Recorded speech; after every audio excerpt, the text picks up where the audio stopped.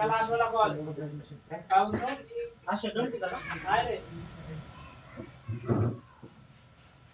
can start tonight. Hi, good evening, everyone. I would request everyone to be on mute and so that we can start the session.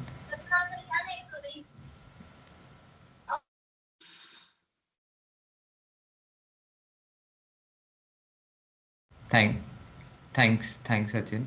Uh, good evening, everyone.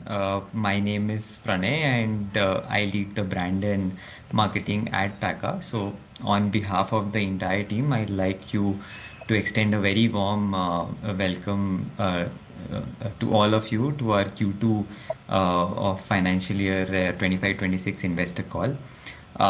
So, thank you for joining us today.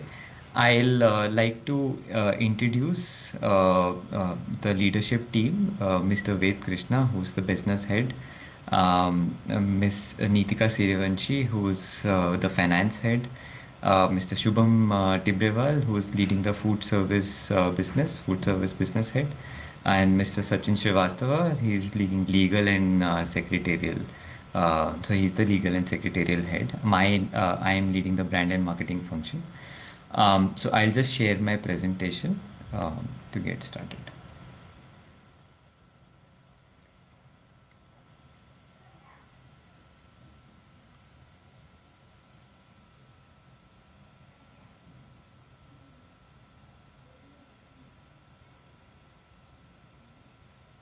Yeah. I hope my screen is visible. Yeah. Um, okay, so just to set the tone for the today's presentation, I'd like to begin with a short video, which is a short glimpse of our upcoming project Jagriti, and how it is progressing. And with this, we are gearing up for our next phase of growth.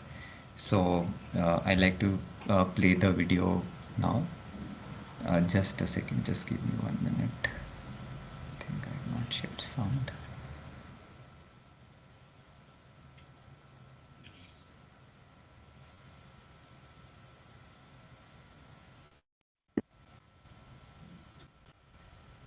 Yeah.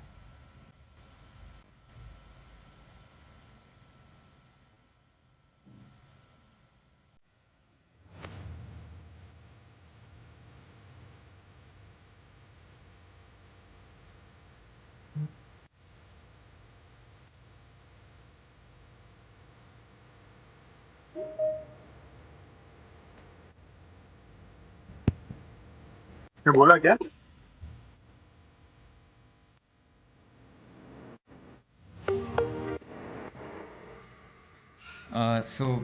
That was just a short glimpse of the upcoming project, and with this, I'd like to hand over to Ved to start with the presentation and setting the context.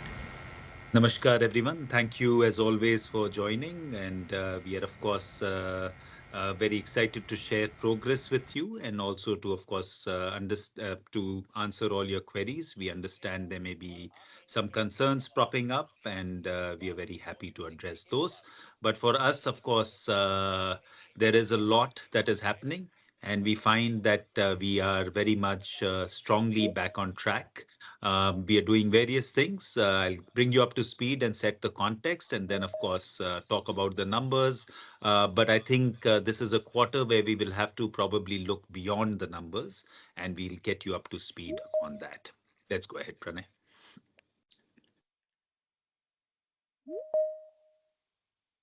So the first is that there is a lot of progress on the innovation side, and there is a lot of breakthroughs, particularly in the food services side as well as in the flexibles. We will talk more about it. Shubham, in particular, will address some of the products that have been launched or is about to be launched. There were certain bottlenecks that we were facing, but those have now been more or less removed. And again, there is a significant turn that we have made, and I'll talk a little more about the flexi side as well as we go ahead. The PM3 part of the Jagriti project was optimizing PM3. The press change that we had thought about has been done. We are now stabilizing the machine. We have now come back to the original production levels and are now looking to surpass that. So in the next quarter, you will see things changing on the PM3 size site, which produces specialty food wrap and food service grades. Again, Shubham will talk about food services. We are building a very strong model to make sure that we utilize the maximum efficacy of the business, not just by optimizing our own production, but by outsourcing significantly and building scale. And those are being led very effectively by Shubham and the team there. Again, Pranay started with Jagriti. There were some bottlenecks and some delays that we have faced, mainly on account with certain fund release and resulting from that certain delays from the suppliers. But we are working on speeding that up.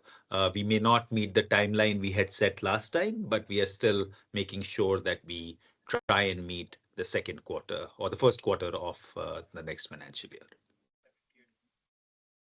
There is a lot that we have done in order to go asset light. There is some things which you will notice in this quarter coming ahead.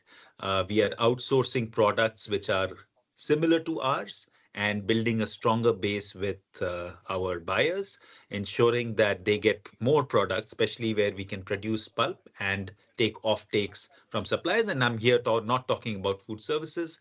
This is mostly in the wrap and carry segment. Again, like I said, there is a significant shift that we've made on the flexible side. As you're aware, we had launched a few products a couple of years back, but it has been slow on the offtake. One big part of that was, for the supply chain, because we were buying this special paper from Europe, getting it to India to get two kind of conversion processes done. Now we have developed this paper in India successfully, and we have gotten the supply chain much more optimized, actually resulting in over a 40% cost reduction. So again, you'll start to see those changes coming in the next quarter. In terms of business performance, we have a short one. I'm sure you guys have a lot of questions there. The main issue that the company faces is the extended downtime that we took in order to start PM3. There was a challenge that we faced because one of our energy producing divisions, part of that is an alternator.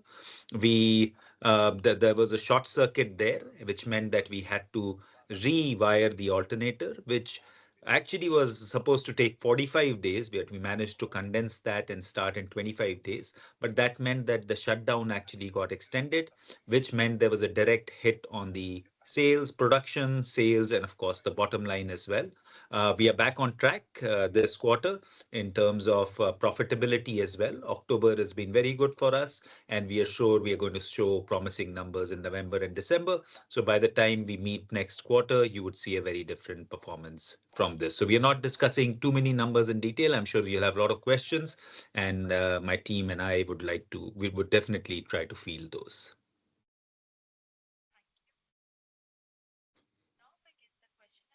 So in terms of flexibles, the idea is to stabilize the performance for two of the grades. One is M1 and M3. We have done a lot of efforts in terms of the supply chain. Our team even today is sitting in England to do the NM, which is a non-metallized structure.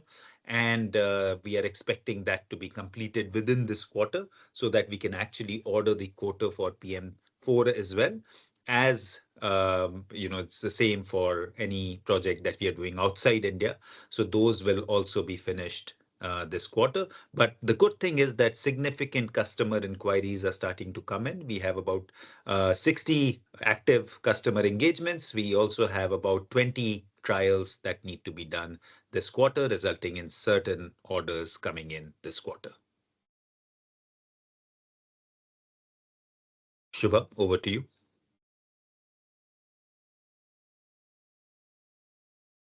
Good afternoon, everyone. I'm Shubham Dibreval. I'm leading the food services business at Pakka. Pranay, if you can move to the next slide, please.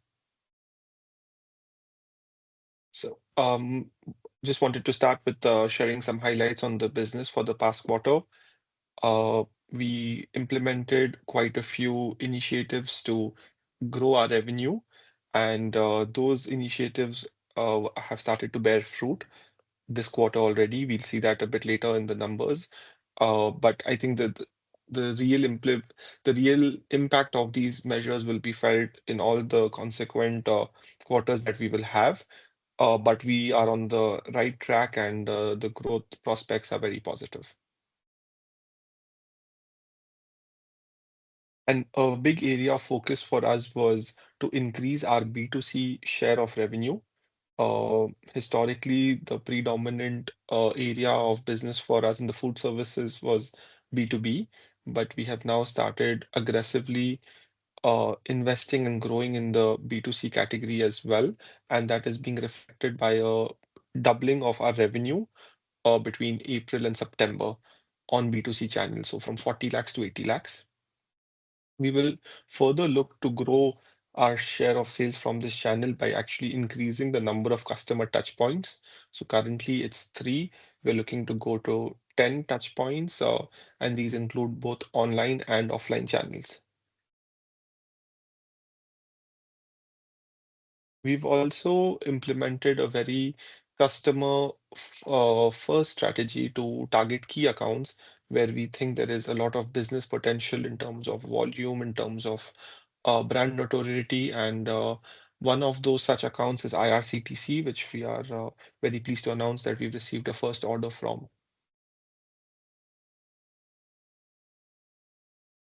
And the last and final thing which we are working very intentionally towards is to basically change our product mix and add more high margin products, which will basically help us increase our revenue and of course the profitability basically to optimize our gross margin.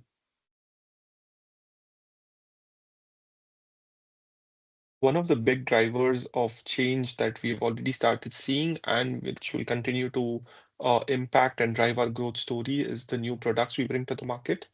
So we have successfully launched clamshells, and in the first month of launch, we achieved 20 lakhs of sales, which was a very, very positive result for us, and we look forward to growing this category significantly in the coming months. We have also planned a lot of new launches in new product categories in the rest of the year, and our aim is to double the product offering by the end of the financial year, which will again be a significant growth driver for the top line.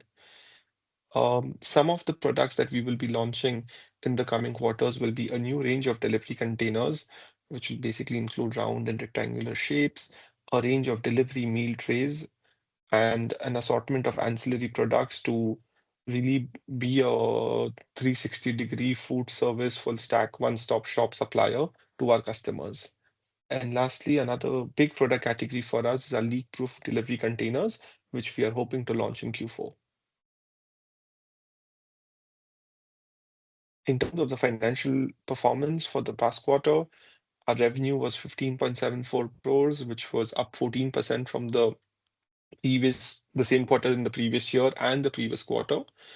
Our PBT, though, took a hit in comparison to the previous quarter.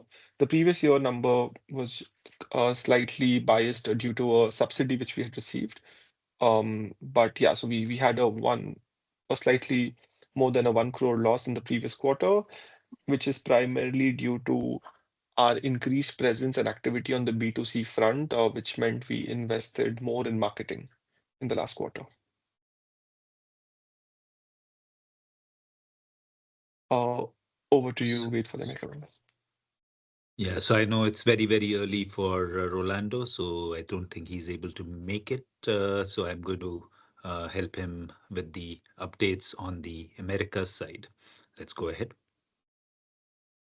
So we have basically looked at, that's a spelling mistake, molded, but basically looked at finding ways to increase our speed in the Guatemala project, where we realized that because of the current geopolitics, there's a huge opportunity for the molded products, primarily because the production has had to shift from China, Vietnam, India to other places like Thailand. And we feel nearshoring will give us a lot of advantage. So we are looking at a lower investment, which means that we can swing it through much faster, which will result in revenue and EBITDA. And we are looking to finish it within the next year rather than taking a longer time for the larger project. So the larger project continues, and we are looking to raise this debt, which is currently being done, and then we'll move ahead for the larger 300 million on the background. What our basically focus has become is to quickly launch in Guatemala rather than going in for a delayed production. So the idea is that we capitalize on what is available right now, and that also enables us to focus more on India at this stage. So this is in terms of just the timelines. Like I said, by Q4 26, we want to start production and make sure that the products are available in the Americas by then. So, okay, just the quarterly plans that we had promised last quarter, we are very happy to inform that most of them have been moved forward with. So we have rationalized, as Shubham talked about, the food carry division, and we are expecting very big changes in the coming quarters. Again, the supply chain, Shubham didn't talk about this, but ultimately now there are 4 outsourced suppliers, and there is a rationalization which he talked about. And also, we are looking to launch various new products, and some of them have already been launched. Innovations lead was important, and it is in progress. That remains one of our uh, big things that we have to do within the this quarter, and I'm sure we'll find a solution to this. I know this has been long pending. Again, it has been optimized. We did hope that we will find ways to get it done within this financial year, but it seems like it will go to July 2026, and the team is working day and night towards this aim.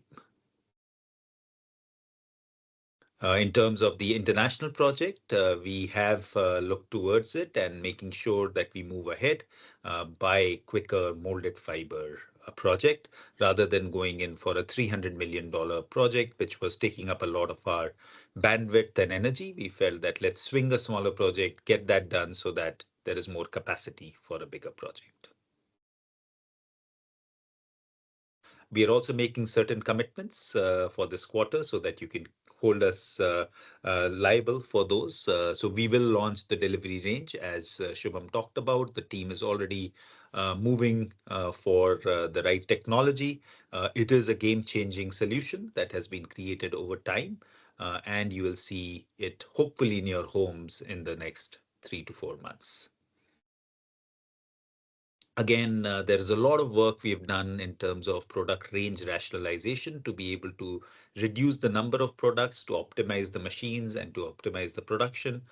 We are also looking to do various innovations on an asset light model, like I talked about. You will notice a significant shift in productivity in the next quarter as well. Like I said before, I have come in as an interim CEO for India to make sure everything is stable. But we have started the search now for finding the right person. So in case you guys have um, um, eh, any recommendations, they'll be more than welcomed. And of course, we have been on the search for innovations lead, and we will try to close both these within this quarter. We have significantly stepped up the gas on the flexible side. There will be a build-up. Like I said, there is a significant pipeline that has been created, and the idea is to scale it up significantly before the PM4 comes in play. Again, like I said, there will be a speed up of the Guatemala project. Hopefully, by the time we meet next, it would be well on the way. That's a repetition. You can go ahead. Thank you all. Pranay, back to you. Thank you, Ved. Um, with that, we can start with the question answer round. I know a lot of you have already had your hands up since the starting of the presentation, so but we'll move sequentially. And to ensure everyone gets a chance, please limit your questions to two per person. You can also ask on the chat, and we'll be responding over there or taking it up in the live session. So I'll just start sequentially. Mr. Jeet, you can go ahead with your question. Yeah, can you hear me, Pranay? Yes, I can hear you. Perfect. Thank you. So my first question is if you can help us explain Jagriti related numbers in a bit detail. I mean, what is the capex which has been done till date? And with revised cost now coming in, what is the pending capex to be incurred? And then with this pending number, how do we plan to fund this pending capex? So how much is it going to come from undisbursed bank limits which are already tied up but undisbursed? And how much is it going to get, funded with some additional debt because of cost overruns? Probably if you're looking out for additional debt for further new tie-ups, and how much will be raised via equity dilution because we are assuming Carnelian is not coming in. So because we'll have very little accruals coming in the next 6 to 9 months, say somewhere roughly about 20-30 crores max. And if this dilution were to happen, it would happen at what indicative rate? Because given where our stock is right now, and further from the presentation, we saw that we are planning to infuse another fresh 8 million towards Guatemala. So with the strain in the balance sheet, how are we managing these numbers? Is what we wanted to understand in a bit detail. Thanks, Jeet, as always, for your very incisive questions. And Nitika, I might need your help if I miss out on anything. But the Sure. capex that we have already incurred is about 400 crores. There is another 350 crores odd with the increase in capex from 675 to 750 that has to be incurred. You're totally right. We are not sure whether Carnelian will come in. They did ask us for a 6-month extension because they have 18-month period. That said, we are still speaking to them. And of course, with all the initiatives that you have seen right now, we are also hoping that, the markets will respond uh, accordingly as we begin to launch these products that you have heard of. And of course, as the numbers begin to come back up and also improve further. So that is, of course, a hope in terms of Carnelian. They are people who do stand by their words. So I'm expecting them to come back. That said, like you're right, we have to keep the project moving. So we are looking at numerous options right now in order to structure it. We are mainly looking at ways to go for a structured bridge kind of capital rather than going in for a long-term expensive capital. The idea is definitely not, so far it's never been to further dilute. You're totally right, at this share price, we think it's undervalued. So the only dilution that might take place is I might borrow and invest money and love to invest at even a higher price than what is there right now. So I might borrow in a personal capacity and invest. But beyond that, we are not expecting any dilution to happen. So you can rest assured on that. Guatemala, no. We had total commitment that the board had allowed was 10 million. We stand by that. The current exposure we have done is about 8 million. So we still have to provide another 2 million. And that will be part of the structured capital that we are going to raise because that is needed for the project to go through and also for the opportunity to be able to capitalize on what we have already created there in terms of the US market, the ability to build a team, etc., etc. There's a lot that has gone in there, and we want to make sure we capitalize on that. But yeah, from an Indian equity holder perspective, you can rest assured that we are not expecting a significantly higher sum than 2 million, so which has already been committed to them. But of course, there'll be no stress on the Indian balance sheet. We are not expecting to stress. We would not want that ourselves. So it will basically come from the structured capital that we bring in. Nitika, anything I've missed? Otherwise, Jeet, back to you. No, all good. Anything else, Jeet, that you wanted Yeah, on the Nitika, if you can numbers? just give us the breakup. I mean, the pending capex is 350 crores, right? So from here on, how will this 350 crore be funded? So how much from, say, unsanctioned or probably to be sanctioned bank limits? How much from internal So accruals and how much is probably come from the new structure that you're now looking out for? So yeah, I have so a total. basically, Sorry. Oh, sorry, I'll continue and then you can add on, Nitika. So the gap is only the amount of funds that were supposed to come from the equity, and a little more maybe. So maybe instead of 75, it would be 100, and correspondingly the banks will provide 200 to 250 crores. So that's the gap we need to fund, say a little over 100 crores. So that is what we will fund. Of course, there are many opportunities that are coming our way where a structured fund is saying, let me take the entire 600. So those are also being weighed out depending on the cost and the tenure. So we know that the company is extremely healthy, and the possibility is that, okay, we want to move really fast. And for us right now, more than the cost, time has become of essence. So of course, those are also opportunities that we are assessing, where a fund comes to us and says that, okay, let me take the entire 600, including all the bankers' share. That way they have much more collateral. And there are others which say that, okay, let me just give you 150, say 150 crores to tied up the issues, and you against that, the funds that have already been committed by the bank, you are able to draw those out. So that should be more or less suffice for us, and we are expecting to tie that up by December. Nitika, anything added? no, all good. Thank you. All good. Oh, perfect. And so my second question is if you can explain how our new product pipeline is evolving. Because in your opening remarks, I think you said that probably in this Q3, I think you're closing down on non-metallized and probably you'll end up ordering a coater. So when you're about to order a coater, which means you've already finalized the recipe, and that happens after trials is what I understand, right? So now, are we going towards non-metallized, or again, we are first considering barrier substrate, which we spoke about in the earlier con call, or barrier substrate, or I mean, the barrier coated is out right now because you found success in non-metallized. So how are we looking forward with respect to research and development for Jagriti coater is what I want to understand. And then by when can we expect offtakes to come in? I mean, how close are we on this success of non-metallized? Yeah, superb. So again, in terms of this is of course our biggest play, and if you look at my personal time, I would definitely prioritize that over everything else. So again, in parts, your question. So let's start with what we are doing right now. So staying with the metallized and offtake, I'll club those two together. So the first one is that what we decided to do was to bring the supply chain into India, and that has resulted in almost a 40% cost decrease and quality improvement as well.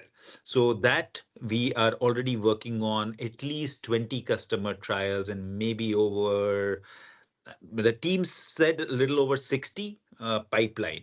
So there is a significant effort that is happening in that direction. Of course, it all depends on how many successes we have, what is the size of that offtake, etc., etc. The second one, of course, is the big, hairy, audacious goal, which is the non-metallized. And I'll club the non-metallized and the barrier coating. It's more or less the same thing, just the non-metallized structure is much more dense. So as we speak, actually, we've conducted trials last week in India. Our team is actually stationed right now in England. I am actually flying tomorrow to England to see the finals of those trials. Then we are again meeting somebody who we are exploring for innovations, who's a barrier specialist, and seeing if they can also come in, so further accelerate. So in terms of timeline, what I think we can commit to right now is to definitely commercialize the metallized substrate further this quarter, uh, and find a solution for either the perfect solution. Let's hope for that in the non-metallized thing.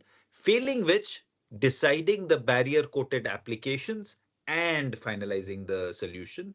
Those two should take place within this quarter, so that next quarter onwards we can, like you said, we have to order a coater. Ultimately, coaters are also going to take time, and the project is much more viable with the coater. So I would say those are the timelines in our mind.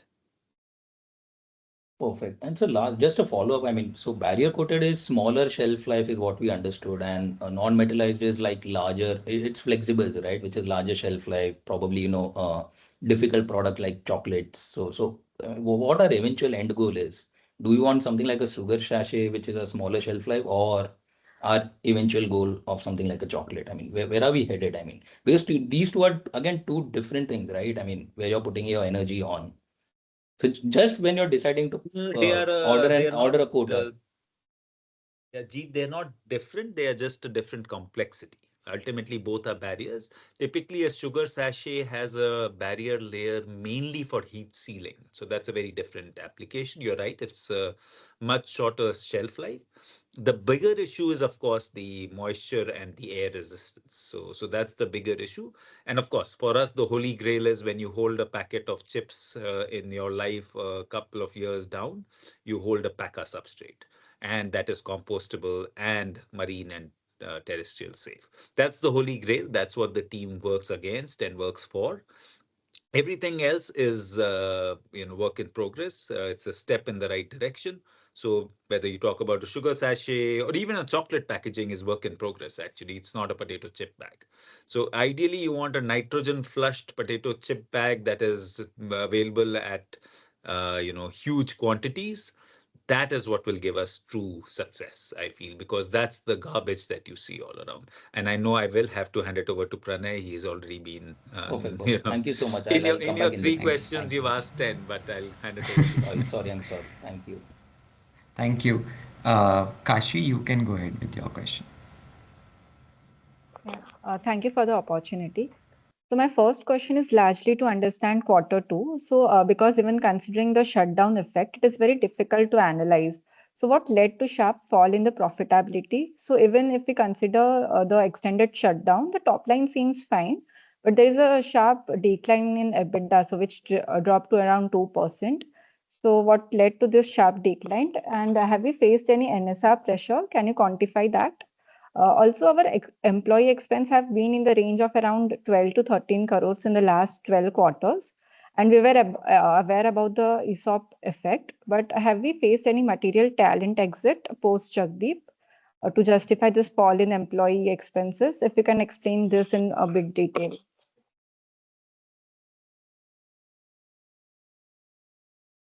I'll go ahead and take this. In terms of the EBITDA decline, Kashvi, in terms of the raw material, I'll basically break up into 5 main cost heads that we have. In terms of the raw material consumed, the prices have remained fairly stable in terms of raw material and the chemicals. There was some issues with the stabilization of PM3 and also the pulp machine, and that added to higher cost of goods sold. Because when the machine starts, then there are certain operational expenses that are usually higher than the normal ones. In terms of power and fuel, a slight increase in the consumption because of the rainy season. So the consumption is generally higher. For the employee cost, there were some provisions that we had booked for bonuses. But because of the present situation that the organization is going through, and as you see quarter two as well, we decided to lower our cash outflow for this quarter. So those provisional impacts have been reversed, and finance costs remained more or less stable, and so were the other expenses more or less stable. I hope that answers your question. So, wait, sir, if you want to add anything. Yeah, okay. So my second question is to understand our operation. So post shutdown, can we expect 100 crores top line of sales run rate to clock in quarter three, plus additional improvements that will be coming from PM3 expansion, new pulp mills, and new power plant? And also, can you explain how did our bagasse pricing go for the upcoming offtakes? Did we face any pricing increase? I'll answer one by one. In terms of the going ahead commitment, citing a number would be incorrect on this platform and at this stage. All I would say is that we are all working towards achieving where we want to be and where we should be. So we have seen improvements happening, and we definitely should be back on track with this quarter. And if things go as planned, quarter four should be even better. In terms of, sorry, that was on the operations. And you asked, the last question was? I missed it. I can take that. Bagasse pricing. Bagasse So, pricing, so sorry. yeah. So Bagasse, Kashvi, what we do is that it's very important for us to have a long-term focus for all our operations. What we tend to do is to do 5-year tie-ups with our sugar mill partners. And this year was interestingly the year when it rolls over. So we did roll over. With an increase of about 3%. So there was a 3% increase, and it is actually, this year was 6%, and then it becomes a little bit lesser in subsequent years. So say an average increase of about 4 to 5% every year is going to be there. And we are actually very happy with that. We want the bagasse or the sugar mill suppliers to feel this is a great place for them to be. We don't want them to start producing other stuff. So that's something that is strategically important for us. And thankfully, we've had 30, 40-year relationships with our partners, and that is the basis for that. So we want to keep our raw material very stable. Yes, there will be a 5 to 6% increase in the coming sugar season, but that is important for us for the long-term future. Pranay? Thank you. Okay, thanks. Thank you, Kashvi. Ravi, you can go ahead with your question. Yeah, hello. Good evening, and thank you for the opportunity. So first of all, I'm a great admirer of Pakka's vision, and have very high regard for Mr. Ved Krishna. So just I have one question, basically on the repeated execution delays. So please give me a couple of minutes to explain the context. So I've been following Pakka closely since last several years. So let me give some examples. And sorry, I'll be blunt here. So you've seen delivery containers being delayed for more than 5-6 quarters. And then development target date keeps getting pushed. I remember, Gautamila project kick-started in mid-2023, and I think the project was supposed to be complete by 2025. Then it got moved to 2026, thereafter 2027 May. And last quarter, I think it was mentioned 2028.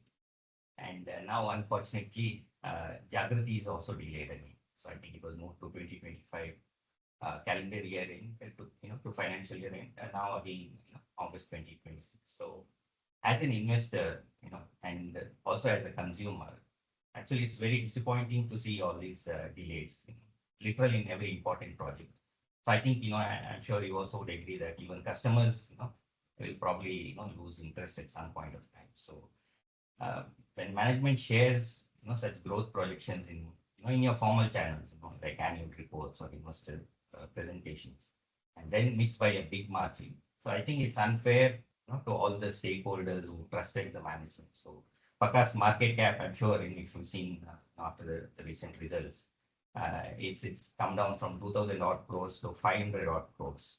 The growth is stagnant for 3 years, and I think this will be the 4th year in a row. Even if you take out the shutdown effect. So honestly, it's very, very hard to believe this is happening to a company which is very innovative and has quality products. Now, I personally have tried your products, and it's top notch.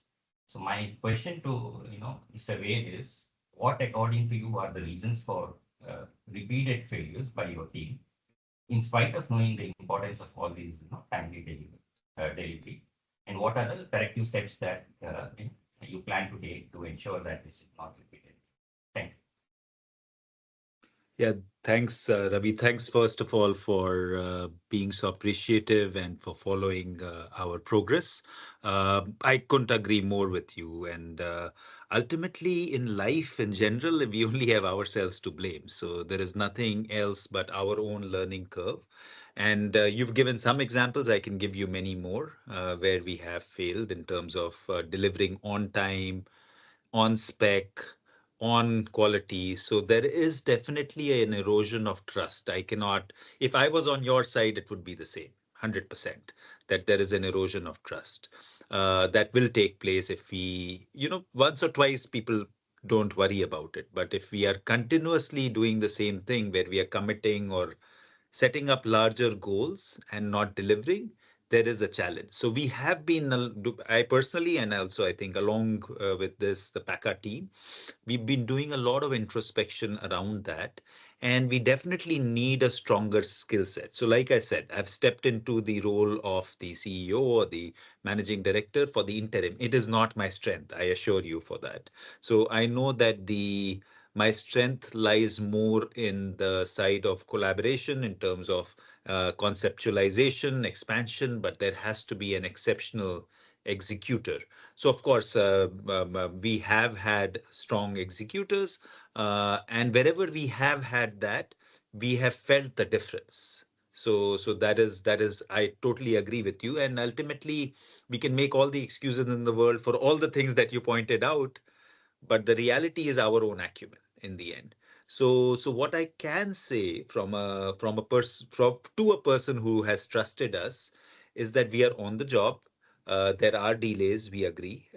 We probably don't understand the nuances when we make commitments. And my wife calls me an delusional optimist. So I think that plays through sometimes. So I'm learning with experience and age to temper my optimism, at least in commitments. So I don't think I'll be able to temper my optimism in spirit, but I'll work on tempering my optimism in the commitments I make. So that's something that I will personally take responsibility for.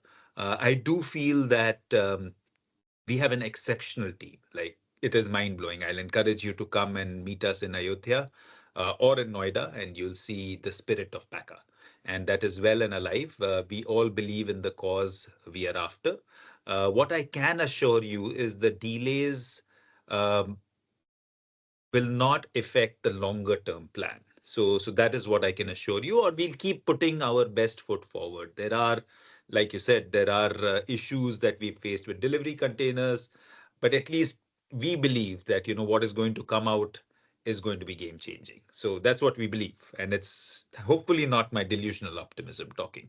So that's our belief. We do think that the team is made huge inroads into the flexible side as well. That is also going to come out. Yes, again, our bandwidth is limited in terms of Guatemala. We conceptualized a project from our spirit in order to ensure that we do a certain scale, but we were not able to raise the capital yet on time. So we've downgraded the size and also made sure that we do it a little faster, and that again is going to go through.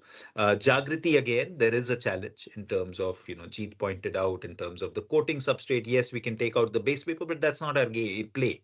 Ultimately, as Pakka, we want to take out game-changing products. So we continue to work on those. I cannot even imagine how much it hurts you in terms of the market cap, and I truly apologize for the same. The onus is on us. You have believed in us. And if we cannot honor that belief, then there is a challenge. So what I can assure you from my side is that we will continue to work in the direction. Please continue to trust us. We will work very, very hard on delivering on your trust and on the promise. And we will work on tempering our optimism a little bit while still not tempering our mission. So that is my, at least my promise to you. Yeah. So I will continue to trust you, and I must admit that the recent leadership changes, with you coming in, and also with Shubham taking over the food services, I think it's a welcome change. I can definitely see something. At least the issues are coming out. So earlier, I think even we saw all used to hear is fantastic progress in the PPT. So. Yeah. Hopefully, the good days will be back soon, and our patience will be rewarded. Yeah. Thank you. Thank you. Truly Thank you, appreciate Ravi. that. Mr. Dinesh, you can go ahead with your question.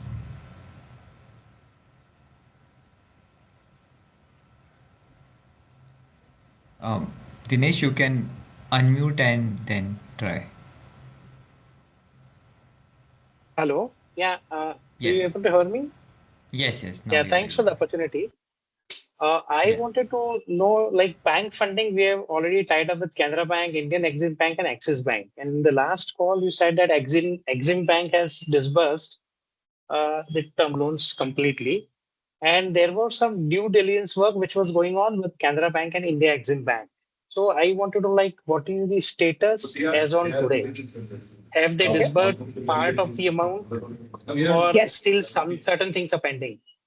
So disbursement to the amount to the ratios that permit against equity have already been disbursed. All due diligence is completed at Canara and Exim both.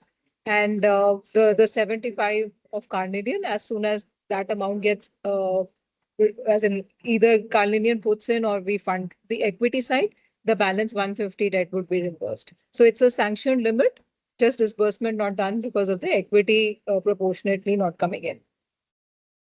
Okay, so good to know that. And one more thing is a grease-proof paper. Okay, in the last phone call, it was said that because of the competition, like there are many competitors have suddenly sprung up, right? And so prices were also. So how far like we are impacted by that? Because now our EBITDA has also gone down. No, gross margins have gone down. So and what steps we are taking, to elevate? Because this greaseproof paper is one thing, and then we were to launch some tea pouches, okay, and for that we were to make some tie-ups in London and all. So what is the status of that? Because I think it has not happened yet, right? Plus, one more suggestion is like we are searching from some innovation head, right? And earlier, whoever was there, they were not able to do much on this front. So there are some companies, like Praj Industries, which is a listed company, and they are pioneers in bioethanol and bioplastics. So why can't we, approach them instead of appointing our own innovation head? And they have made real good progress. We can tie up. I may be wrong, but Mr. Wade, you know more, so you can enlighten us on this. I mean, if a tie-up can be made with Praj Industries, and something can be worked out so that delivery containers that leak proof which we want to launch, it has already delayed and now you have given a new timeline of quarter 4. So that is all. Yeah, these are the things I want to know. No, thank you so much. So just to kind of explain to you the structure, grease-proof paper is the base paper that we build on top of in terms of the whether it's the flexible packaging or barrier coating. So the base paper is needed anyways. So the way the system works right now is that you produce a base paper and then you line it up with different biopolymer formulations. And these are, of course, the things that we've been working on for a few years. And that is what the chemistry is what takes time. And of course, it's like everything else in life, it has its own challenges because you're trying to block off air and moisture with a natural substance, which typically any natural substance tends to be porous and breathes. So that's the challenge. So it has to do with how you structure the product. Um, so so the so so the grease-proof paper needs to be made regardless. What we realize is that greaseproof paper is anyways the lowest denominator for us. We can manufacture it, we can sell it. It is ultimately a specialized commodity, so that can be done. But in an ideal world, from Pakka's mission point of view, what we are doing is we are replacing another greaseproof paper by greaseproof paper, end of the day. So in an ideal world, we don't want to do that. We at least want to have a barrier coated substrate. So that's what we are working towards. Tea bag, of course, is a great option because it also has a secondary packaging. So it helps the structure because inherently paper is not puncture resistance, for example. So when you have it as a singular primary packaging, as in it is displayed outside or it's hanging in a pawn shop, you'll have a challenge. So those are the things that are in our mind as we are evolving and launching products. There is, like I said before, there is a decent pipeline. Tea bags is definitely a huge part of that, and we will continue to work in those directions. Innovations is very much central DNA for Pakka. So as much as we like, that is what keeps us going. So there is definitely no outsourcing of innovation. But let me also clarify to all the investors here that nothing is stopped in Pakka. Whether there's an innovation head or not, we work on 8 different areas, 8 different verticals of pillars of innovation. All those 8 pillars are well staffed and well moving in all directions. So four, of course, you see in terms of products, flexibles, rigids, wrap and carry, and food services. Those are things that you see as investors because they are forward facing. We also have four other innovations where we work on process, we work on waste valorization, we work on ecology, and we work on green chemistry. So those are things that we do internally. So those have different teams in Pakka, different pillars. So those are ongoing. They are not stopping for, because again, like I said before, we have an exceptional team, and it's a team of a lot of youngsters with lots of new ideas and deep involvement. So even now, there are a few of us here, whether it's Shubham, me, Satish. We are all deeply involved with that team. Juan Gabriel, who is our person who is leading the flexibles now, and he's a Colombian who has decided to shift his family to Bangalore, India. So there are things like that that we are blessed with at Pakka. Praj does amazing work, and we wish them all the very best. But these are very, very close to us. We do incubate a lot of people. We work on a lot of collaborations across the world. And I'm sure there will be an opportunity with Praj as well in the future. And we will remain open to that. But that said, innovation will be very much front and center for Pakka. And we will not be able to outsource it for sure. And so about competition in the greaseproof paper, like how we are impacted and all.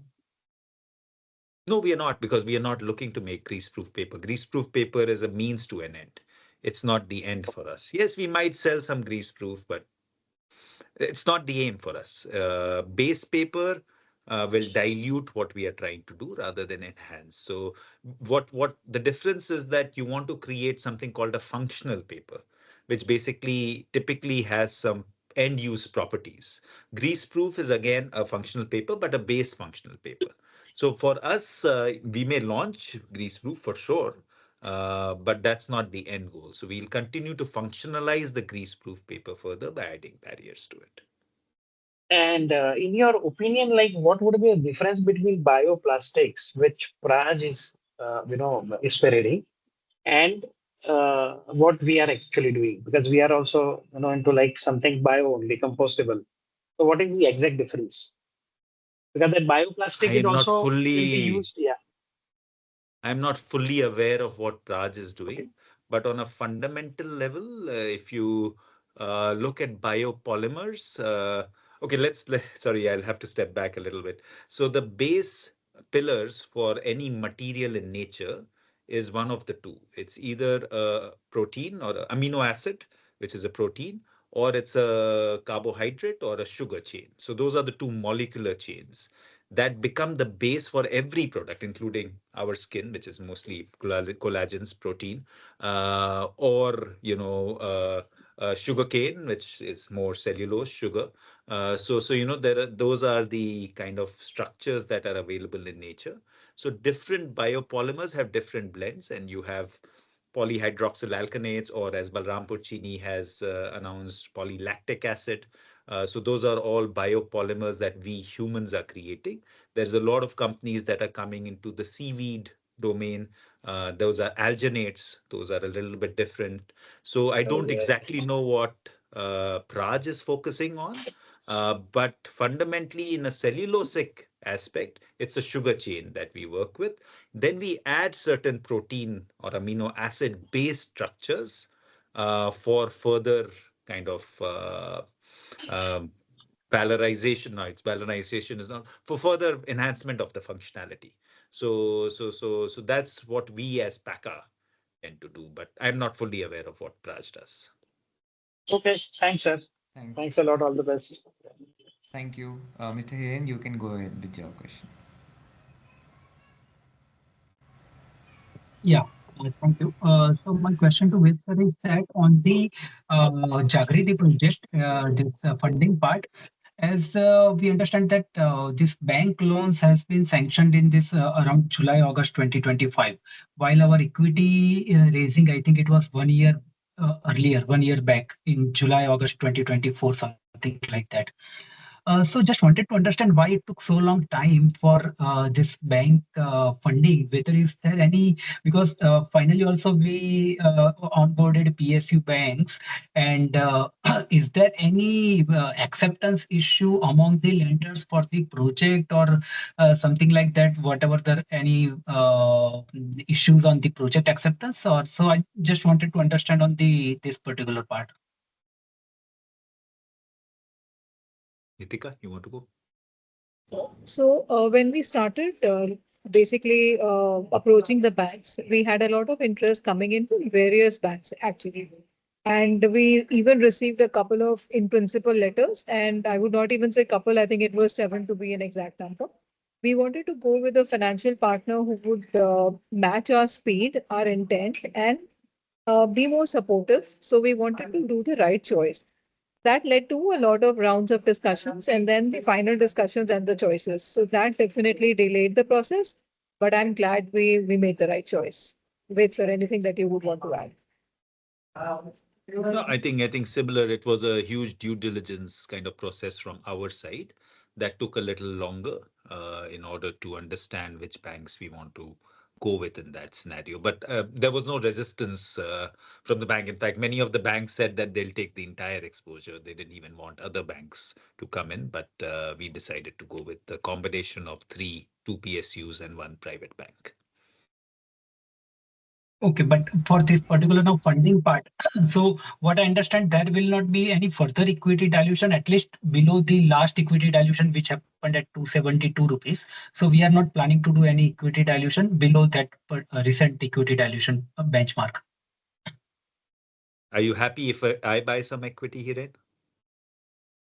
That would be okay, but it should not be below last equity dilution. That Yeah, would I give don't think it'll be large. What are you investor more confidence if you are putting your exactly? money Are at you the are you happy if I buy at a higher price? yeah, obviously, because equity, any infusion by promoter obviously would give a investor more confidence.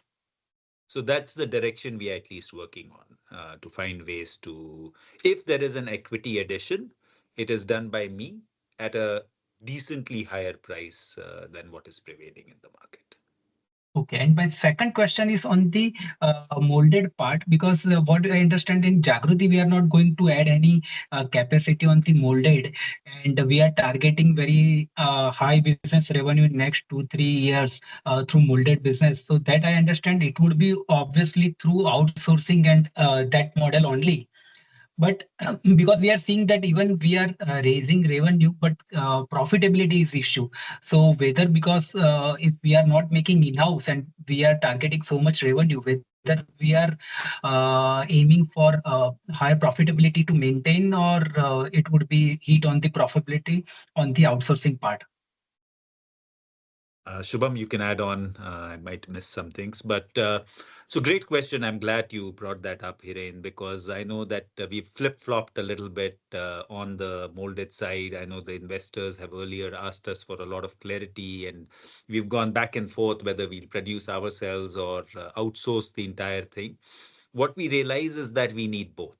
We will have to keep producing ourselves, and we will have to go asset light to be more nimble in the market and make sure that the customer gets what they want. So fundamentally, what we've done in our internal structure is divided into two SBUs. One is a manufacturing focused SBU, and one is the customer facing or the food services SBU, which is led by Shubham.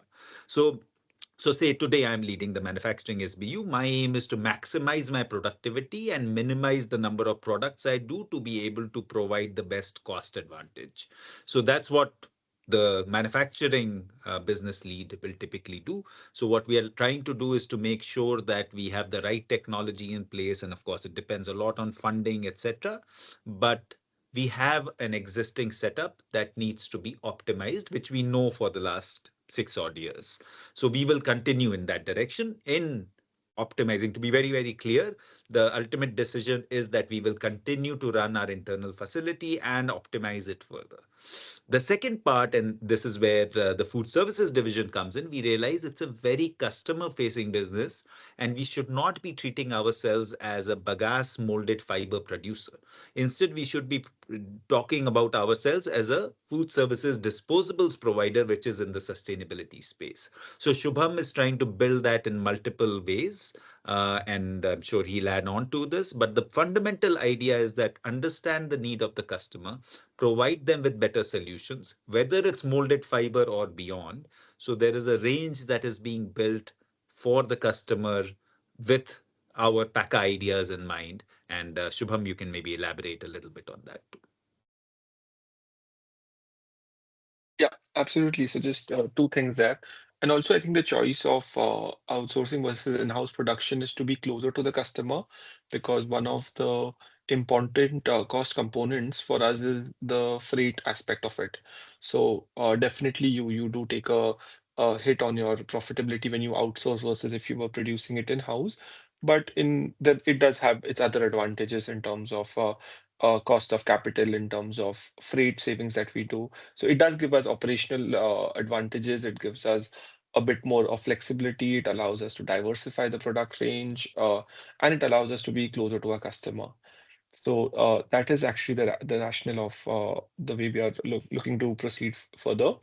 And in terms of offering, definitely, so the idea is to cover the needs of the customer, and by that is all his packaging needs for in the disposable category, because you want to basically have a higher increase your share of wallet and your share of business with the customer, and to be able to provide him with all that they need. So you essentially want to be a one-stop shop solution for them, which is where our goal is. Yeah, thank you, Shubham and Ved sir, for detailed explanation. And yeah, just hope that equity dilution doesn't below 200, because at least because who has invested at 272, they do not feel that hurt. Thank you. Mr. Kaustav, you can go ahead with your question. Yeah, thank you. Just wanted to understand a little bit more about your products in your flexible packaging uh, project. So, could you speak? Is my understanding right that barrier coating comes into play if we are substituting non-metallic with metallic? So, you try to get the properties of non-metallic by putting barrier coating on metallic. Firstly, is that understanding right? In case non-metallic doesn't work, and then the main question really is that for the flexible packaging products which are not in R&D, which are certain to be commercialized, could you speak about that? Could you speak about the amount of revenues we can do as a company on those products and the total market opportunity and what that is replacing? So those are my questions. Cost of deeply insightful questions. So there's no other way for me to explain it without going into a little more detail. So let's start with what the metallization does. The metallization is fundamentally to stop the water vapor barrier. So if you think about a water vapor, which is like if you think about steam, it will always find the tortuous path. It will find its way through the structure. And what the metallization does, as soon as you have a metal, it kind of blocks that. So that's what the metallization does. Why do we use metallization from Pakka perspective? Is because it still composts, it still demineralizes. When you put it in the soil, it'll again break down its fine particles of aluminum. Um, so what we do is that we put an aluminum layer to avoid that water vapor transmission to happen. What the customer doesn't see is two things. One is when the only way to metallize on paper, proven way, is to transfer metallize. So typically what happens is because it's a 2 nanometer layer of metal that you have to add on to a paper, the only way you do it is you actually bring it in a polyethylene film and you transfer metallize it onto the paper. So you still have a lot of polyethylene happening in the process. From a Pakka perspective, that's a challenge because again, we are not looking to greenwash in any way. Process is also as important for us as the final product. But that obviously puts us in a quandary, because then you have a challenge, because you have to control the water vapor without having a metal substrate. The second challenge, of course, the customer doesn't see is that when you do a transfer metallization, it's typically done at much lower capacities, which again is a problem if you are to supply a larger consumer. Again, it'll add in cost, etc., etc. So the only way we feel that we can actually make it successful in terms of scale, and at least from a scale perspective, is to go for what we would call is dispersion coating. And there's different kinds of coating. You might know extrusion coating, which is when you melt a poly and you put it on something. So we tend to go with dispersion, which is a water-based coating, which is, of course, again, more structurally more soluble in nature, fundamentally, because it's water-based. So we have to go for water-based structures, which create their own challenges. The way we try and solve it is to go at a very nano level. When you go at a very nano level, you fill the sheet a little more. And that's the direction. And of course, that's the whole challenge that Pakka has in order to be able to build those structures. But again, just to give you a gist of the question, the holy grail for us is non-metallized and not metallized. So that's the holy grail. Now to your second question, but we have to sell and we have to make money, right? So because ultimately sustainability, first test of sustainability is to sustain ourselves. If we don't sustain ourselves, there's not much sustainability that we'll bring to others. So in order to be able to do that, what we are trying to do is to commercialize metallized in a significant scale through outsourcing. That we are continuing to build the order book now. I cannot yet give you a number, but again, just to ensure that I do answer your question, there are many applications which we would call barrier coated. So again, from a consumer standpoint, you open a sugar sachet probably every day. You probably open a bag and box application like a masala thing, which MDH or Coldy, they'll come in a box, but inside it would be a paper with a metallized kind of layer. You will have different applications. We talked about tea bag, which is again inside a box, so it becomes a little bit easier in terms of protection. So these are the applications which we are relatively confident about, that if nothing else, we will crack those. So those are just a cost issue, and cost issue we can address because you're bringing in something which was vertically integrated, which means that you were sending paper to another converter who was buying other stuff from other places and integrating it. In our case, we are bringing it in-house and sending it to the converter only for printing and pouching. So we will mitigate the cost increase from a petroleum polymer to a biopolymer through that methodology.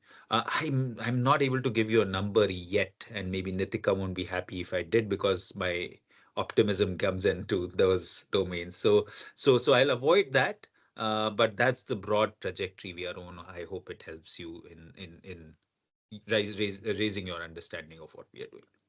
No, definitely. This is probably a conversation off this chat, but I'm also involved with some global producers of flexible packaging, and I also sell some product to tea manufacturers in India.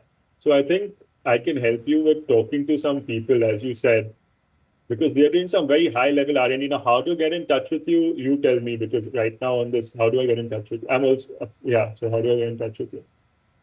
Just ping me on LinkedIn. I'll send you my number, and we can Okay, you connect. remember And my that'll be name? great. Yes, absolutely. Okay, I good. will. Yeah, so just And I'll yeah, send you because on that will LinkedIn. be a that will be a huge blessing for us, because the more people we speak to, we find we emerge much more knowledgeable. And it may No, not these be even guys, from a technical angle, but just from a connection angle. no, I'll give you an I example. yeah. We were doing a conversion of tea bags, and this will help others, and that's why I'm mentioning it now, is that for the tea pouches, we actually succeeded in the entire conversion, because again, like what we have to realize is that when a converter shifts from a petroleum polymer to a cellulosic structure, there is a difference in their machine in terms of the tensions, in terms of the speed, etc., which needs its own kind of trajectory. And they don't want to change that because their operators are used to a certain methodology.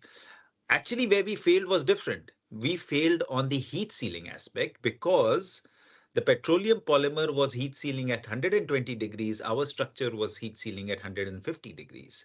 Now that's a 20% increase in energy for them.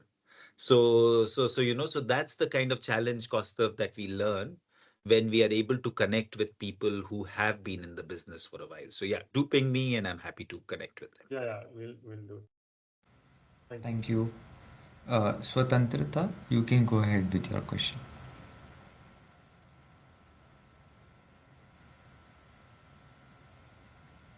Swatantrata, are you there? Okay, I'll move on to the next person. Manali, you can go ahead with your question. Hi. So my questions are majorly around, I want to understand more about delivery containers. I mean, while we are looking at a launch, say next quarter, but what kind of volumes are we looking at, or how are we going to go ahead and manufacture them, or also with the entire range that you are speaking about in the delivery segment. So I would, if you could enlighten us more about what's going on. Like I saw in your presentation about clamshells where you all have launched it, and you'll have been able to move to a 20 lakh business. But again, having to grow with a beautiful number, how is that going to happen? So likewise, if you could speak on the entire delivery range, and where are we on the delivery containers, like when we are saying that we are going to launch it next quarter, I mean, sorry, in quarter four. So where are we yet, and what all things do we have to do in addition so that this entire plan comes into place? Yeah, thank you for the question. Should I take this one? Sorry, Shubham, can I just start and then you can take over? I Yeah, removed my of course. background for Manali because it tends Okay. to not be able to do what I'm going to do, and you may not be happy with this. So, Manali, this is the final delivery container in my hand, right? Okay. And there is a certain method to the madness where we have created a whole structure. All it takes is this much time to get stuck. The delivery container is ready for delivery, right? These are the trials we've been doing with the customer. As you might see, it's a little shiny. I don't know if you can see it. This Yes, is a yes. biopolymer coating that has been done. So there is Okay. a certain structure. So the team has just applied for a patent. So that's the first step. We don't want to launch this without that because, anyways, you'll see huge amounts of copies of Chuck in the market now, and we've kind of realized that we have to be a little more careful. But it's in my hand because we've been playing with it today. But of course, this has been in the making for a while. But this is also to do with the amount of thought that has gone into. If you take a plastic container, you'll tend to go like that to close it. Then there is an opening challenge. There's a taping challenge. Here, you don't need any of that. This is the final structure, completely leak proof. But that's it. So there is a lot that goes in after that. For example, the gluing itself has taken the team a long time because it has to be a food grade glue. It has to have the right tack strength that doesn't tear away the fiber, but yet opens up and doesn't leak. So there's a very big balance that has to be created in terms of the width of the glue, the type of the glue, etc., etc. Right now, all the glue is being imported from US. So there's a lot of variables that go into creating a product like the ones that our team tries to create. That said, there is a curve even after that, which I'm sure Shubham will elaborate on. But it means the right machinery, the right system, etc., etc. So today, the delivery container market in India is about 4,000 crores, is what we see it as, and we definitely aim to take a significant chunk of that. Over to you, Shubham. Yeah, so maybe just to complete on that, what we have been doing is also extensive customer trials, because when we launch the product in the market, we want to be sure that it works, it performs in different situations. As we mentioned on the flexible, it's only when you actually do trials with customers you realize that they may have real life operational constraints. And they have challenges in their kitchen which they need to solve.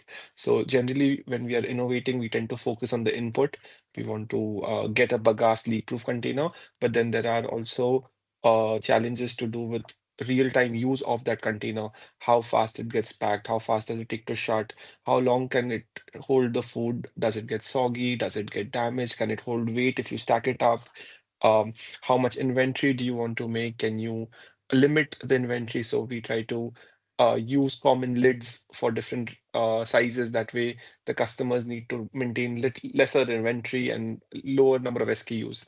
So the process takes always longer because you are actually in truly innovating. Something like this does not exist in the market, and when you do that kind of innovation, you tend to sometimes get surprised because everything's not as per what you thought or what you planned.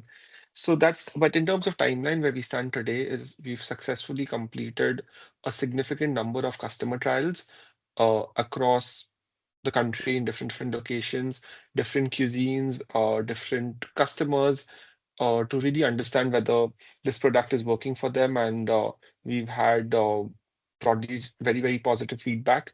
And therefore, we are confident that we can now begin the procurement process for the equipment that is needed to produce these containers. Okay, and also want to understand, I mean, like you said, that there are many things going on. So where are we on the cost front, which is one of your main aspects where, there have been struggles. So just want to understand the cost front over here. And again, now so what I'm understanding is now we're looking at producing this entire range by ourselves rather than outsourcing. So just correct me over there. We haven't taken a call. I mean, we have the option of doing both. We probably would do a mix of it because, again, we have a range of delivery products. For some, it may make sense to do them in-house. We'll definitely have capabilities in-house because we want to always have the best-in-class technology and a center of excellence in our plant, right? So that'll definitely be a part of the goal. But we have the choice to go in either direction. Um, in terms of cost, that's exactly, I think, where we are working right now. So as we mentioned, currently the glue we are using is from the US. And it's not just the glue, right? Then we have to find the right technology to manufacture these containers. So for example, to apply the glue on the frame of the container, right? To that perfection and fast. So we are now currently exploring what is the best available technology which will significantly have an impact on the cost, right? So we're looking at how we can optimize that. Naturally, uh, it will be in a comparable pricing to what Baga's products cost.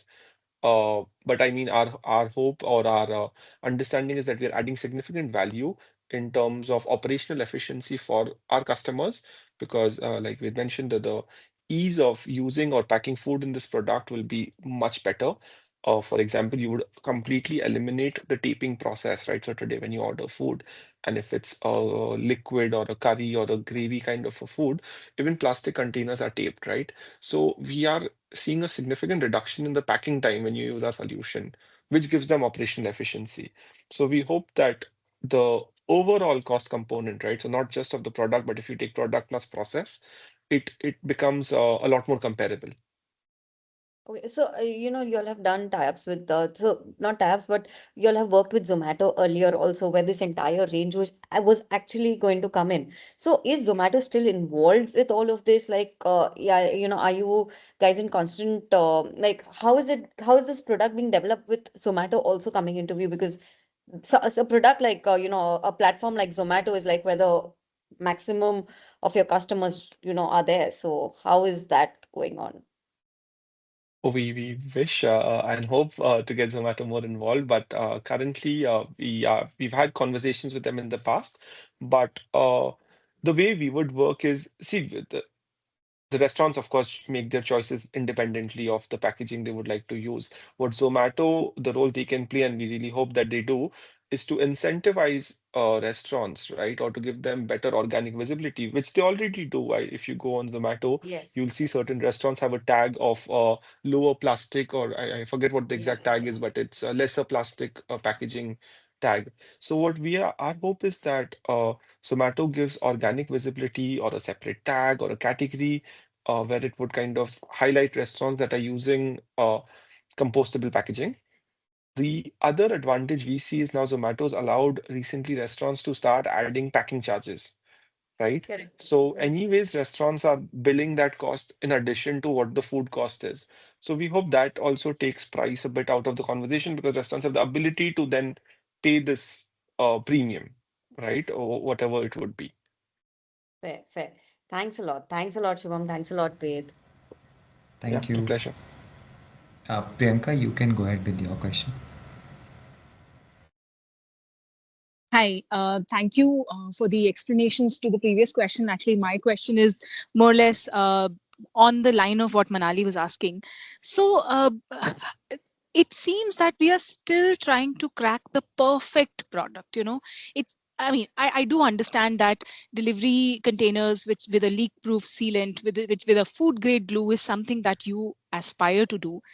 But I'm kind of still thinking that, let's say if it's an 80% compostable product, only with the bottom part of the container being compostable, with a plastic lid, with a taped lid, I mean, with a proper declaration that this is only 80% compostable, wouldn't it still work? It takes your cost down. I know it's not the perfect product, but by the time you can get your costs down with the perfect product, this semi perfect product is already in the market. The ASRs could be lower and it could still be taken on by a lot of people. I mean, currently, even to get Zomato, and with the research, price based research that we were doing in the market, we find that there is a certain premium that the Zomatos and Swiggies of the world are ready to pay for sustainability, and that is only 20%. They are saying that they don't want to go more than that, 20 to 25%. So my confusion stems from the fact, why are we not trying to sell what we have with the limitations declared on the product and going ahead with it? And we already all have a lot of confidence in your research capabilities. As and when we will innovate and we will do more trials, once the product is perfect, we can keep on adding more and more product in the market. And once the acceptability is there, the brands know of what the product of Pakka is capable of, they would then be able to pay a higher product. That similar thing I wanted to understand from the base paper and barrier coated paper perspective also. Uh, we don't really need to go and sell the perfect metallized or non-metallized flexible packaging product. We can, as Ved mentioned, that you would start with the base paper, but then that is not the goal. I understand, but can we start at least thinking on the lines that even if that is not the perfect paper, that is not the most high margin product, but at least roll it out? Because at this point of time, the numbers need to improve. I mean, today the stock is at 120. We need to do something about it right now as we speak. So my suggestion and my request is that please roll out your products. We still have a lot of faith in the brand that Pakka is, but we need to seed the market, even if it is 70% compostable and rest we are using products which are probably not compostable initially. It could be an interim kind of model, and we can keep innovating and seeding the market with those perfect products. Priyanka, I appreciate your point of view. There are a few things Pakka is anal about, and it's important that the investors know that. We will not produce anything that is not home compostable. And I have deep apologies for that, but I cannot tell that to the cow that will eat those products. And we'll not be able to tell that to the fishes that eat that product. And I understand it's utopian, but ultimately our business is in service of that higher goal. That said, like I said before, the first S of sustainability is to sustain ourselves. So we do understand that. But what I also realize is as soon as you lower the bar gets lowered for a long, long time. That is what we have seen. What happens is that you start earning money, and that's a huge challenge because then you don't want to phase out that product. Typically, what the team will come and say is that let's keep this, let's add one more. And there'll be a lot of arguments on that because they'll say that customer will leave us, this customer will leave us. So it's a huge call that we've taken. There are four Pakka promises. It will be home compostable. And why home compostable? Basically, because we are not in control of where it's thrown. And if it's thrown anywhere where there is not enough heat or not enough moisture, it will still become dust end of the day. It will be, for now, recyclable in the paper stream, any product that we make, because there is an economic value attached for the rack picker. They will pick it up because they will get money. So the idea is that 80% will at least get downcycled.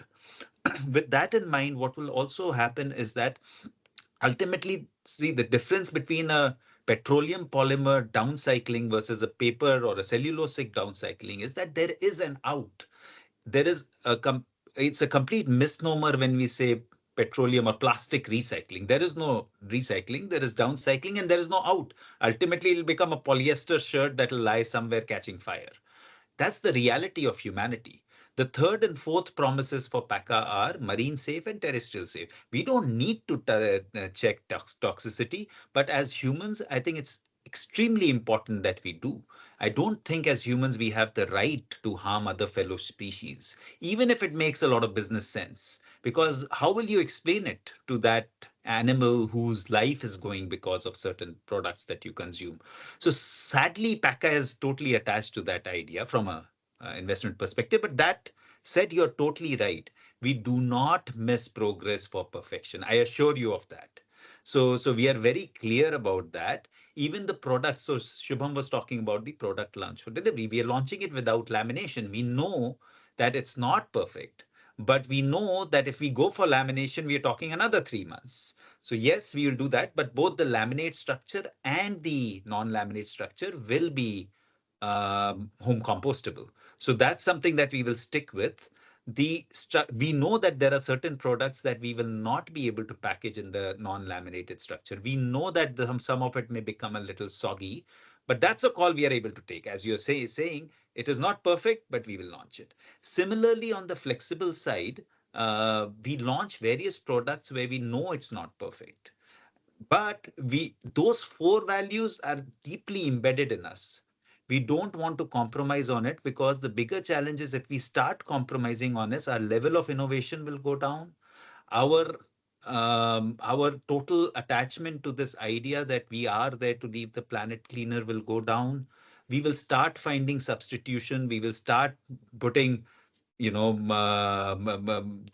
ideas around the sales ahead of what we really want to do. So I assure you, you've trusted us for a while. Continue to trust us. You will see products come out. Um, you are long-term investors, and I assure you that this will be a blip. It will not be a longer-term issue for you. So apologies that we are not able to do petroleum based. It hits us in the gut when we think about us selling plastic. So, and of course we don't control that. That said, a lot of players do take our product and add a plastic lid or something else, and we are not in control of that, and nor are we going to say no to them. That's their choice. But as Pakka, if you I don't think we are even capable of selling plastic. That'll be tough for us. So it was a tough call that we took. Some of our products were getting damaged in the while they were being on the shelf in the food service category, and we got a lot of complaints, and we did shift to a petroleum polymer for a short time. But like even now, we shifted for like, okay, let's find a substitute in the next 3 months and shift back, but we haven't for 6 months. So that's the challenge that happens. You get into comfort zone, and we cannot allow ourselves that. I apologize. Sure, we'll wait for the products to get rolled out. Thank you. We'll take probably the last question, time check. So, Nitin, you can go ahead with your question. Okay, thanks for. Yeah, am I audible? Hello. Thanks Yes, for the yes, you are. opportunity. Okay, thanks for the opportunity. And I was hoping to get a sense of what your sales run up for your molded division is, either on a quarterly basis or a yearly basis for the Chuck division. I don't understand, but Shubham, do you want to take a shot at that? Or you wanted to know what the past sales buildup has been? I mean, what's a quarterly? I was looking to get a breakup of your divisions, sales. I mean, division-wise sales, and you do have a mold division, right? And how much would that be contributing to your? How much has that contributed to the quarterly sales? And how was that ramped up over the last maybe 3, maybe 4 quarters, as opposed to pulp sales? Got it. So I think it's Nitika, maybe this is more for you. It's the revenue split of the group between the divisions. So I what's the think share as of of molded? Yeah, the segmental results have been declared. It's approximately 15% where we stand as of now. I think going forward would be a forward-looking commitment which we will not be able to give. Okay, got it. And one more thing. I mean, we have tied up a lot of, we have secured a lot of bank funds for the Jagriti product, for the Jagriti project, and I think we have availed and we have got sanctioned of something like 450 crore rupees. So as and when the project gets commissioned, so what's the cost of capital? And the second point is what would be the what would be the repayment cycle be? Are we getting some level of moratorium from their end as things stand now? And when do you expect the project to actually uh, break even? Because ultimately this is going to be a 750 crore rupee project based on the revised estimates. And when do you actually see when do you actually uh, what sort of capacity utilization are we looking at in the initial maybe 2 maybe 3 years? Okay, I'll start with the first one. In terms of the loan sanctions that we have already received, the average cost of capital as of now is about 9.5%. We are in talks and discussions with the bank. One of them has actually reduced it to 9. So we are looking to have the others follow suit as well. In terms of the repayment schedule for now, the planned date for the commissioning date was April 26, and hence the repayment started July 26. With the extension that we've already announced, the dates would be shifted accordingly. And in terms of the break even, for now, the projections that we have done for our internal calculations, we've taken the first year at 60% capacity utilization, and we hope that this will be achieved. And in terms of staggering, we plan to achieve 90% by the time we hit year 3. That's all Okay, theoretical. okay, got it. And just if I could just squeeze in one more question. So Sure. what is our maturity profile like? Because I think this year our current long-term debt repayment liability is something like 12. So FY 26, 27 or 28, how much, what sort of, what are we looking at in terms of repayments of So long-term debt? that will basically depend on the sanctions that we get from the banks. I think I'll update you by the next quarter because we are still discussing with them in terms of the extension of the commercial date of operation. So give me another 2 months and I'll update you on that. Okay, got it. Thanks. Thank And all you. Pranay, just before you close, I think one thing that I think is mentioned somewhere in our in the communication that we made, but I think it's very important for me to reiterate that is that we are part of the UP government's industrial promotion scheme, and there is a 240 crore subsidy that also will come. It just reminded me, Nitin, when you were talking, that that will also come into play because that has also been sanctioned. It is just waiting for cabinet approval, which is more of a rubber stamp. But that will get done in December too.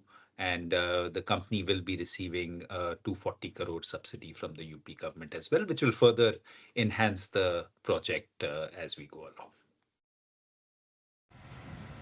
Thank you. Wait, just one more question, which was there on chat for a very long time from Ravi. He wants to know what is the NSR of the barrier coated versus NM. So I guess it's a difference between NM, okay, non-metallized and the barrier coated. Um, there's so many applications and so many products, but let me take the ones that we take as anchor products. So everything that we measure usually is in per square meter basis because the yield is what the buyer actually gets. So the target for us is a little over 20 rupees a square meter when we do our NM application. I'll compare it to an application which exists today. So apple to apple, if you look at say a chocolate application, the petroleum polymer structure is between 16 and 18 rupees. So it's about a 10 to 15% differential in terms of the product. And we are hoping that that either will get more optimized or accepted. Either way. So that's the more or less the structure that we are at. When you look at a barrier coated application like a sugar sachet, I actually don't remember the exact numbers, what it actually costs. But again, it's a wide variety. But I would say that it'll be about half. So per square meter, it'll be about 10 rupees a square meter. And we'll have to see where we land in terms of the meterage, because again, the if you see the structure, the grammage goes down. It's much thinner, so you get a much more yardage. So the yardage increases, and hence But there we are working to match the price apple to apple, because that's the only way. It's a more of a commoditized segment. So the brand value proposition for the customer is lower. So we want to make sure that we meet more or less the cost of the structure to be able to sell at scale. So that's the broad idea. But as we move along, we'll continue to learn and update you more. Thank you. Thank you, Ved, for answering all the questions. And thank you, everyone, for attending this call. Any closing notes, Ved, from your side?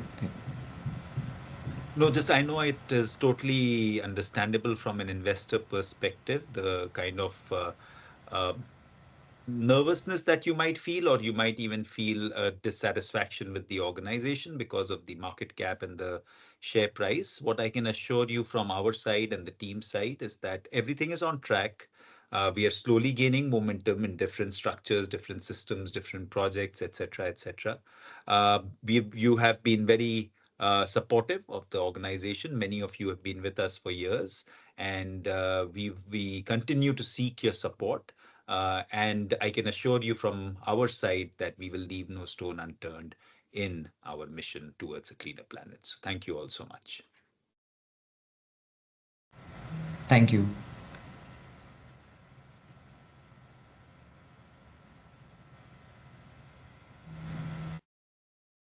If you found this video helpful, please like, share, and subscribe to Concall India for latest upcoming content.